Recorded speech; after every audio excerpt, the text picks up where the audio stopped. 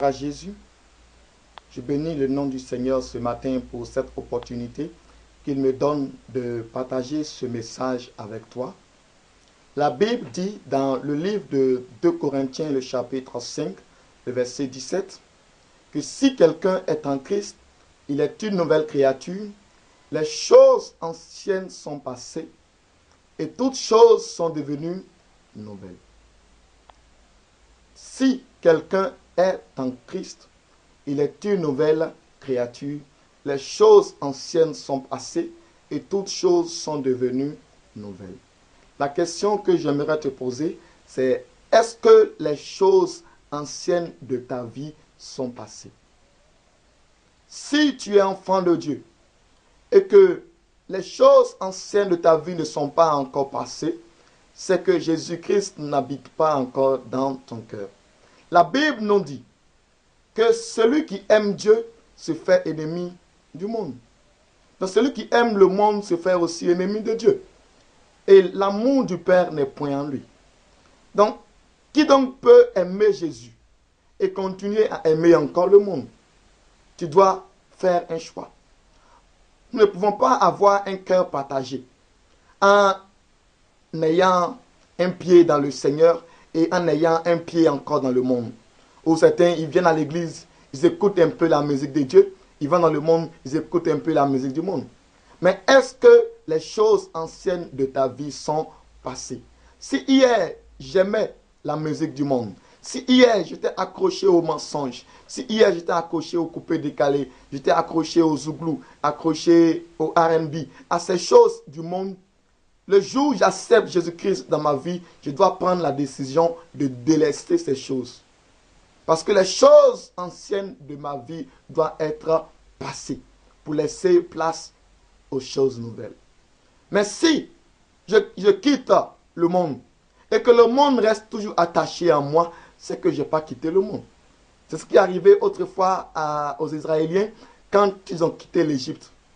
Ils ont quitté l'Égypte, ils étaient dans le désert, mais l'Égypte était toujours rattachée à eux. Parce que leur vie n'a pas changé. Ils sont restés toujours dans les mêmes pratiques égyptiennes. Et c'est les mêmes choses qui nous arrivent encore aujourd'hui. Quand on prend la décision de quitter Jésus, plutôt de quitter Satan, pour venir maintenant dans le royaume des cieux, on demeure toujours dans le monde de Satan. On demeure toujours avec le langage de Satan. On parle toujours la pensée du diable. On a toujours les manières de fonctionner de l'autre, alors que nous avons changé de maître. On doit aussi changer de langage. Est-ce que les choses anciennes de ta vie sont passées? Tant que tu resteras toujours dans les mêmes choses, dans les choses qui hier ont eu un impact sur toi, ton éternité sera vraiment difficile. Raison pour laquelle la Bible dit que l'âge est le chemin qui mène à la perdition et étroit est le chemin qui mène au salut.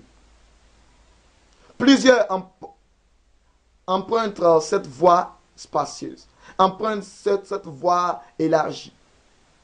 Parce que c'est la voie de la facilité, c'est la voie de la séduction. Alors que dans le royaume des cieux, la Bible nous donne le choix, soit de choisir la vie, soit de choisir la mort. Mais nous allons assumer aussi les conséquences de nos choix. Il dit, je donne la vie et la mort, mais je te conseille de suivre la vie. Bien-aimé, est-ce que les choses anciennes de ta vie sont passées?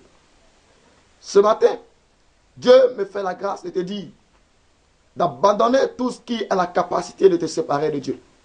Il dit, n'aime point le monde, ni les choses qui sont dans le monde.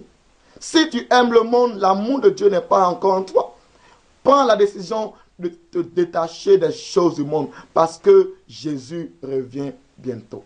Le retour de Jésus est une certitude. Mais tant que tu resteras toujours accroché dans ces choses, tu dis je chante à l'église, je prêche à l'église, je fais ceci, je fais cela. Mais est-ce que ce sont les œuvres qui vont t'amener à expérimenter l'éternité? La Bible dit que nous ne sommes pas sauvés par les œuvres que nous faisons, mais nous sommes sauvés par notre foi en la parole de Dieu, notre foi en Jésus-Christ, notre Seigneur et notre Sauveur. Détache-toi maintenant. Sépare-toi maintenant de tout ce qui peut te séparer de Dieu. Fais le bon choix celui d'accepter Jésus réellement, celui de quitter maintenant les choses du monde, de quitter maintenant les choses éphémères et de t'attacher à la parole de Dieu. Pour que Jésus-Christ transforme ta vie, pour que Jésus-Christ transforme ton cœur, tu as besoin de Jésus pour le salut de ton âme. Tu as besoin de Jésus pour ton éternité. Mon frère, ma soeur, fais maintenant le bon choix avant que demain ne soit trop tard. Que Dieu te bénisse.